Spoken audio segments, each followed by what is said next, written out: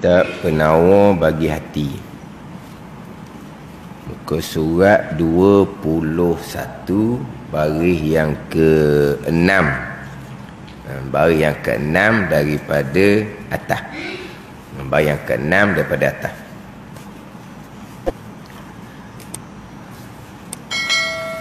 Qala al-muallifu rahimahullahu ta'ala wa nafa'ana bi'ulumihi amin. Kemudian lazimkan olehmu akan memelihara jantung engkau. Jantung di sini iaitu qalbun ruhaniyun. Memelihara ni daripada segala kelakuan. Kelakuan sini ni kelakuan hati yang dicela, pada syarak. Mana contohnya? Seperti takabur dan riak, dan akan menghiasinya tu, atau pada kata akan memelihara jantung, akan menghiasinya, atau pada kata akan memelihara jantung. Yakni dan lazimkan olehmu akan menghiasinya, menghiasi hati jantung dengan segala kelakuan, dengan segala kelakuan hati yang dipuji. Contohnya seperti redha dan merendah diri. Kemudian lazimkan olehmu. Kemudian di sini selepas daripada Syekh Abdul Qadir Al-Mandili menghuraikan berkaitan dengan jantung. Tapi kita tak sebut jantung, kita sebut hati. Hati ni, kemudian hati ni pula ada dua hati, qalb. Satunya qalb jismaniyun, hati hak stokor tu. Tu hak perubatan doktor moden lah. Satu lagi dia panggil qalbun ruhaniyun, hati bangsa roh. Ni hak dalam. Hati bangsa roh, hak dalam. Jadi dalam pembicaraan dalam kitab Penawar bagi Hati ni, yang mana kitab yang kedua bicara berhati ni, kitab yang kedua ni. Hati mana ni? Hati hak jismani, hak doktor perobat, doktor bedah, doktor apa, bukan. Jadi kitab yang kedua pada membicarakan bab hati, hati rohaniyun, hati hak dalam, hak roh dalam. Hak dalam tu. Yang mana hati roh ni duduk di hati jismani. Tapi macam mana Tuhan letak? Hanya Allah yang mengetahui. Bukan beginilah. Sifat penglihatan Tuhan letak di jisim mata. Sifat pendengaran Tuhan letak di jisim telinga. Sifat kalam Tuhan letak di jisim lidah. Jisim ni hak tokok tu lah. Tapi macam mana sifat basar tu berada di jisim mata? Boleh cerita? Macam mana sifat pendengaran Tuhan letak di jisim telinga? Jisim telinga tu kita sebut genggendang telinga tau. Duduknya macam mana? Ni tak ni. Kalau kita kata kau tak jumpa carilah. Tapi kita faham lah. Di mana kau Tuhan letak sifat pendengaran? Di gegendang telinga. Tu jisim dia panggil. Ada ni. Di mana kau Tuhan letak sifat kalam? Tuhan letak di jisim lidah kita. Di mana? Nak cerita macam mana? Sifat berkata-kata Tuhan letak di hujung lidah, di tengah lidah. Ke belah mana? Lidah belah kanan, lidah belah kiri. Tuhan letak jisim ni, Tuhan letak sifat kalam tu. Tetapi apabila ni cerita orang dulu lah ni, hok kena seksa dia orang ni, dia kerak lidah, boleh tak berkata-kata? Tak boleh dah lah. Sebab tak ada jisim lidah. Sifat kalam Tuhan letak di jisim lidah. Tetapi terkadang jisim lidah ada, tapi Tuhan tak letak sifat kalam. Bisu juga. Orang bisu bukan lidah dia tak ada. Lidah dia ada. Tapi Tuhan tak letak sifat kalam di lidah dia.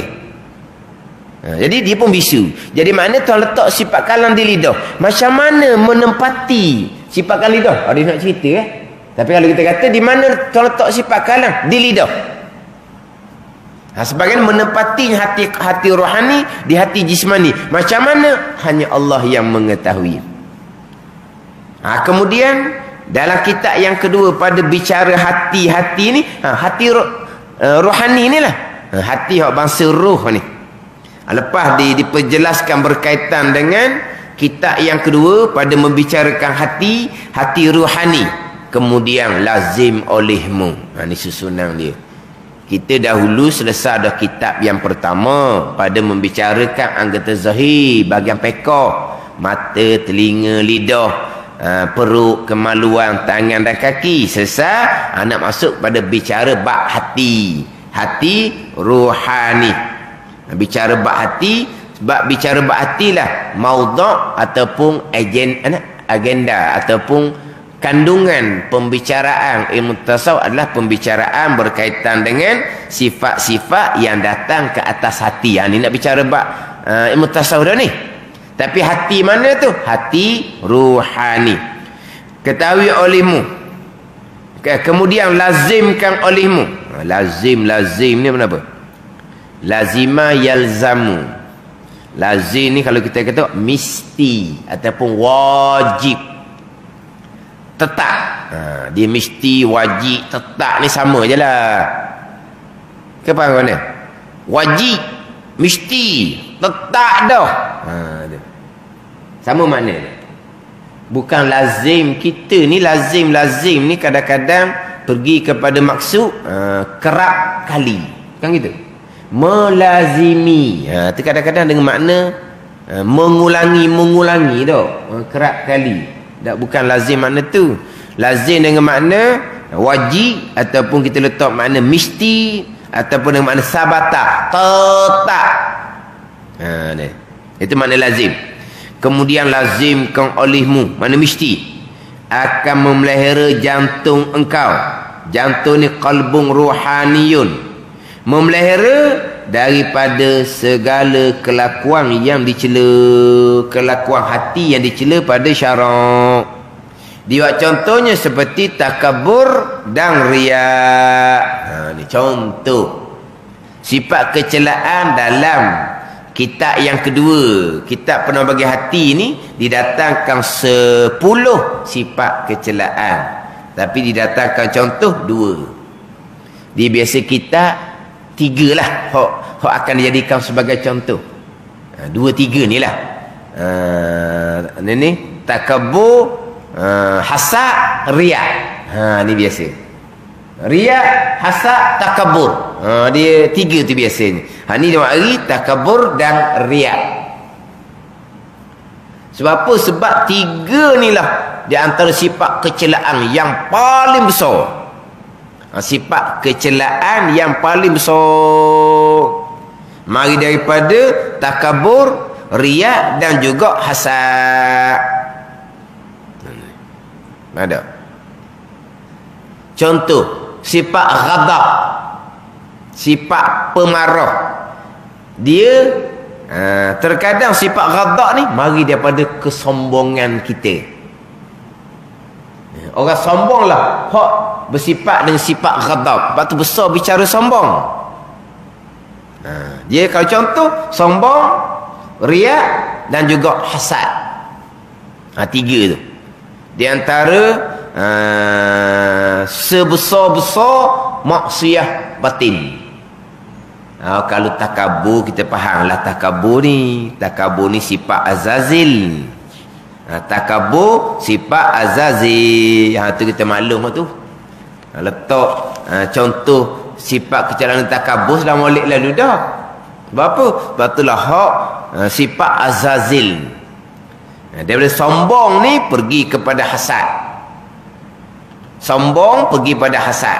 Sombong iblis turun kepada hasad iblis. kepada Nabi Adam AS, akhirnya tidak tu perintah Allah Subhanahu wa taala supaya sujud tunduk hormat kepada Nabi Adam AS. Itu takabur. Kemudian kita takabur ni kena ngaji khusus lah pulaknya. Apa dia takabur? Besar diri itu mana apa? Kemudian dalam kitab ni akan datangkan dengan dalil ayat Al-Quran, dalil hadis Nabi, cerita bab berkaitan dengan sifat takabur ni. Fabi'sa maswal mutakabbirin, sejahat-jahat, seberat-berat tempat kembali di dalam neraka bagi orang yang takabur. Sejahat-jahat, seberat-berat tempat kembali di dalam neraka bagi orang yang takabur, orang yang sombong. Orang takabur sombong ni di mahsyar tu kena pijak dia orang dah. Orang takabur atas dunia ni di mahsyar tu pijak dia orang dah. Dah mahsyar lama manalah. Nanti di mahsyar ni lebih lama daripada alam barzah. Alam barzah lebih lama daripada alam dunia. Pada ni. Jadi orang takabur di mahsyar ni jadi tempat pijak orang atau dunia kan kembang. Mahsyar kena ni. Pada ni. Kemudian takabur ni pula orang yang bersifat takabur ni orang yang merebut sifat Allah Subhanahu wa taala. Mutakabbir tu sifat Allah. Tiba-tiba direbut sifat Allah, letak pada diri sendiri. Ni. Pada ni. Dia bab takabur ni kita kena kemas daripada awal lagi. Kalau anak-anak kita daripada awal lagi, tanamkan sifat merendah diri. Walaupun kita ni terkadang Tuhan uji kita dengan kedudukan yang tinggi, ujian belaka tu. Kita di kalangan keluarga yang berkedudukan tinggi. Kita dengan keluarga yang orang yang kaya raya. Itu semua ujian daripada Allah Subhanahu wa taala. Tapi kita nak kena jaga. Itu semua kurniaan daripada ujian. Kedudukan yang tinggi ni hak sebenar-benarnya kedudukan yang tinggi di hari akhirat. Hak tu sebenar-benar. Atas dunia sementara. Mana nak asuh tu nak asuh. Jangan pula kita asuh dengan hal kita, kedudukan tinggi serta sombong, kaya raya serta sombong, hal diri kita. Kemudian dengan ajaran kita pula pada anak-anak. Habis cerita ni hal diri, contoh kita. Kita buat contoh kesombongan, anak kita pun tengok kesombongan kita. Padahal hal tu, kelakuan kita tu waktu lebih berkesan. Kemudian kita didik pula, ingat baik kita ni keluarga mana ni, jangan buat komang-komang. Kita ajar pula. Pada ni hal kita dah. Anak-anak kita tengok macam mana sikap kita dengan orang-orang ramai. Dan kita berkedudukan tinggi, macam mana sikap kita dengan orang hak duduk bawah. Kita orang kaya raya, macam mana sikap kita dengan orang yang miskin. Hal kita, contoh tauladan kita tu. Anak kita pun tengok. Lepas tu kita pun ajar pula kepada anak kita. Ada benda tu. Pada ni. Manakala sifat tu jadi sebati, tu nak kena mujahadah betul lah. Nak buang sifat sombong dalam hati kita tu. Dia sifat sombong ni kadang kita boleh tengok lah. Kadang-kadang kepada anak-anak kita. Sama keluarga pun. Kalau hak jenis ni, hak sombong. Dia pilih-pilih walaupun sama keluarga. Sama keluarga.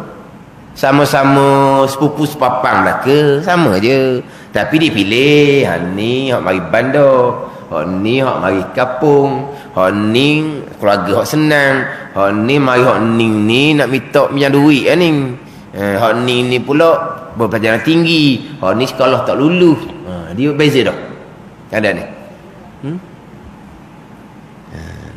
Kadang-kadang nak layang ke sepupu, pak dara mak dara pun tak layang. Apa? Mari orang kampung. Macam mana mak ayah? Tu keluarga sendiri dah tu. Darah daging sendiri dah tu. Sama tak kalau mari orang lain. Memang orangnya belajar ilmu dunia tinggi-tinggi. Kalau bab ilmu dunia juga tak ada orang lain boleh tanding dah. Itu ilmu dunia. Hati macam mana? Tinggi mana ilmu dunia sekalipun, kalau hati tu bersifat dengan sifat iblis, tak ada guna dunia tinggi mana pun. Tapi mari mana sifat tu?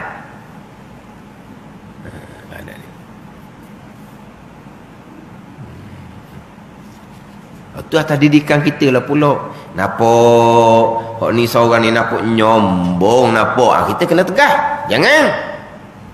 Benar. Hak jenis nyombong tu kan. Mari senyap dah bilik dah dulik. Cuma mari hak taraf tinggi atas, tinggi. Oh, layang dulu ah. Kita dah nak beza gitu. Mari sama je, sepupu sama je. Mari hak ni tak layang. Mari hak ni, layang mulai ada. Kita nampak tak sebab apa dia gitu? Kerana kesombongan. Macam mana? Ni didikan kita pula. Itu dah ada sifat kecelaan yang paling besar.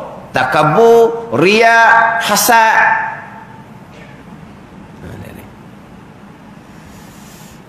Tambahan pula kalau kita takabur serta dengan kita berilmu.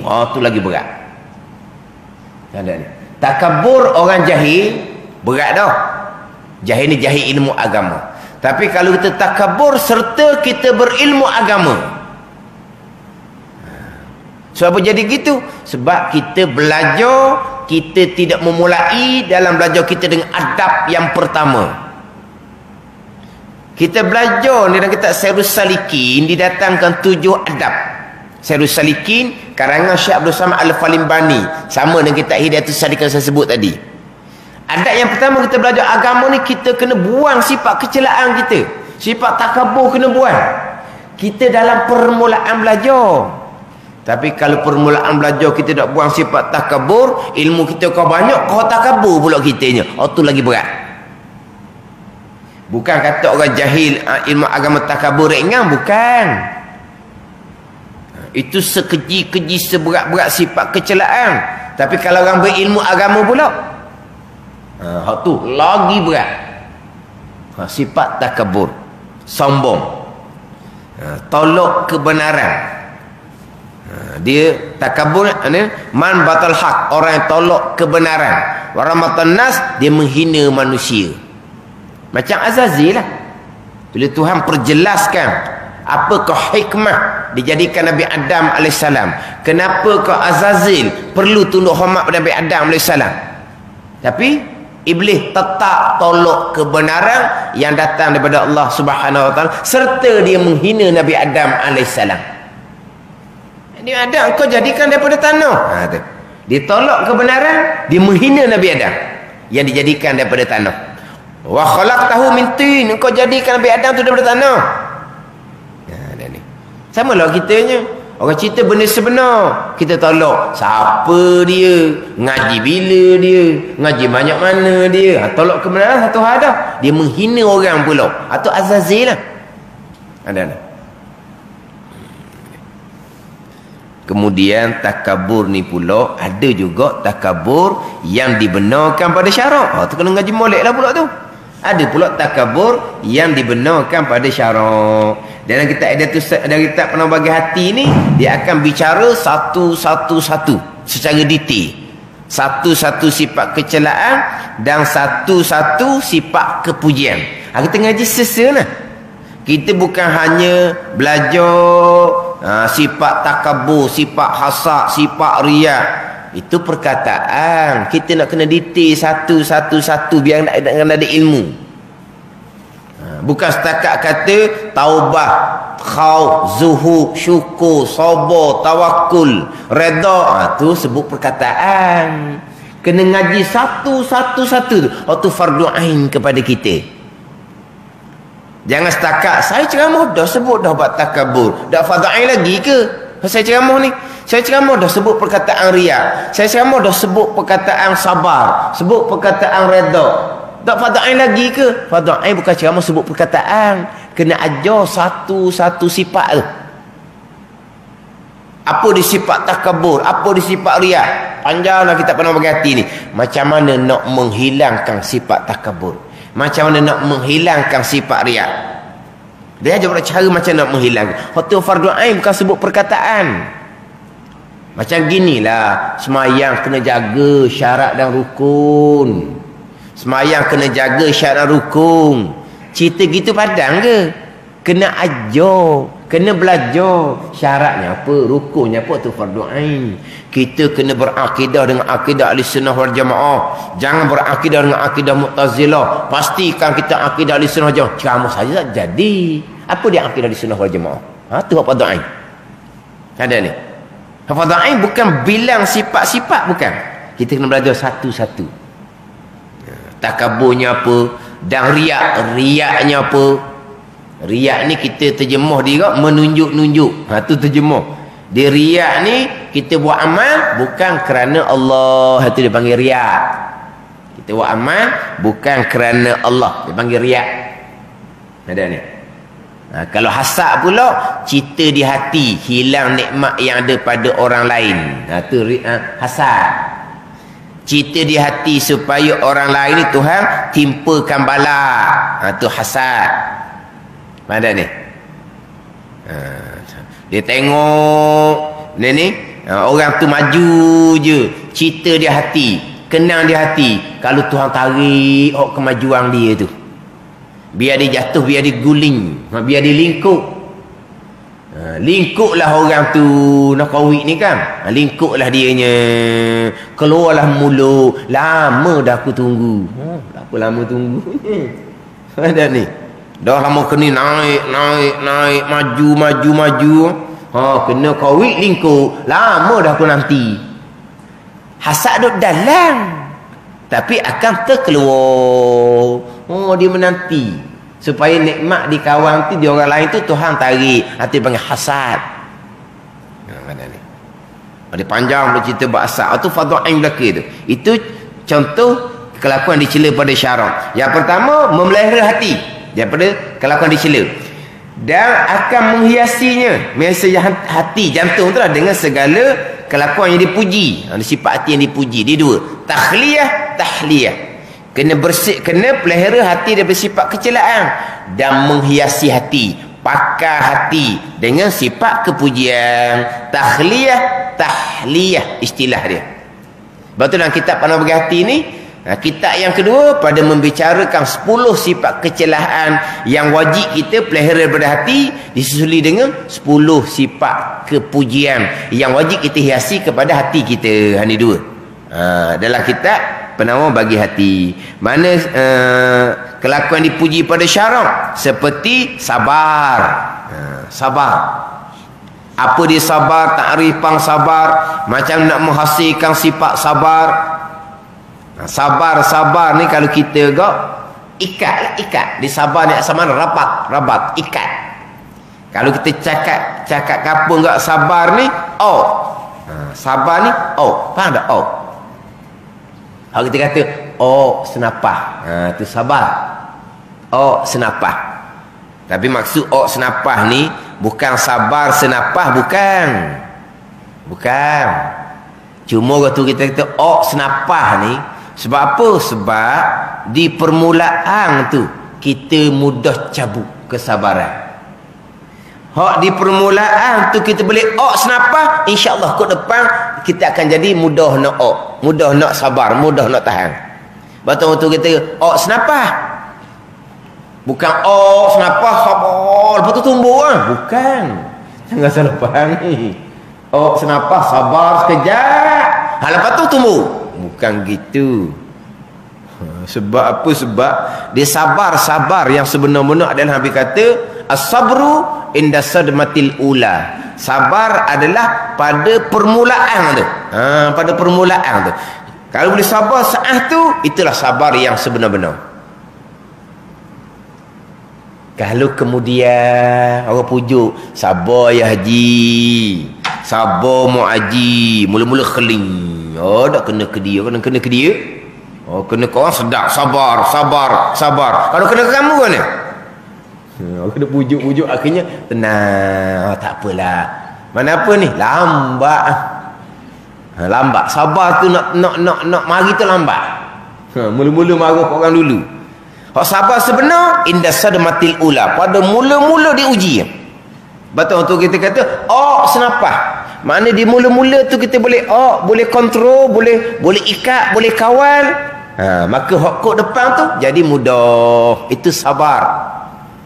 Sabar ni tahan diri. Tu asal makna dia lah. Sebenarnya sabar ni ada sabar yang wajib, ada sabar yang sunat.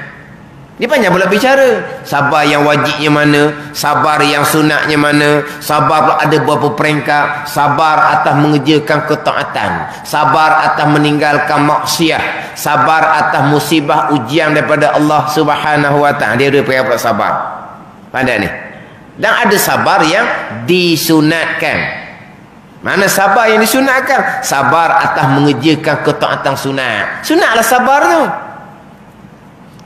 Sabar daripada membalas. Sabar daripada membalas. Yang mana kita boleh balas. Boleh balas.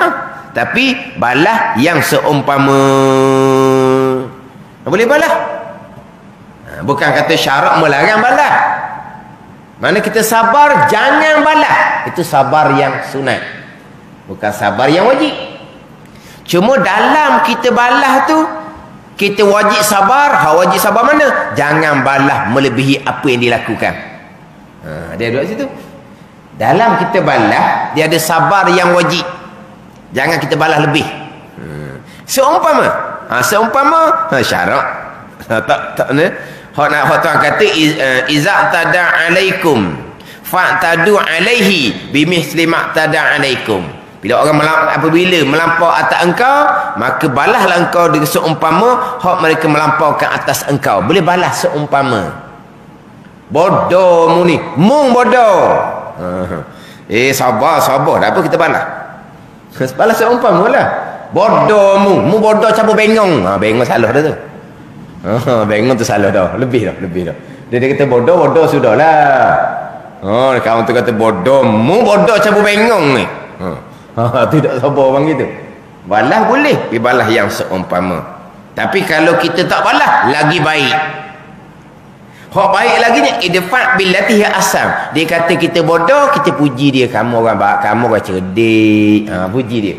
Pada ni puji sungguh ke nganying. Orang kata dia bodoh, dia kata kita cerdik pula dah. Yelah, kita ni bodoh, mung hak cerdiknya. Ayat cakap tu bukan balas baik tu. Ayat tu ayat nak nganying dia panggil. Seperti sabar dan merendah diri, tawadhu.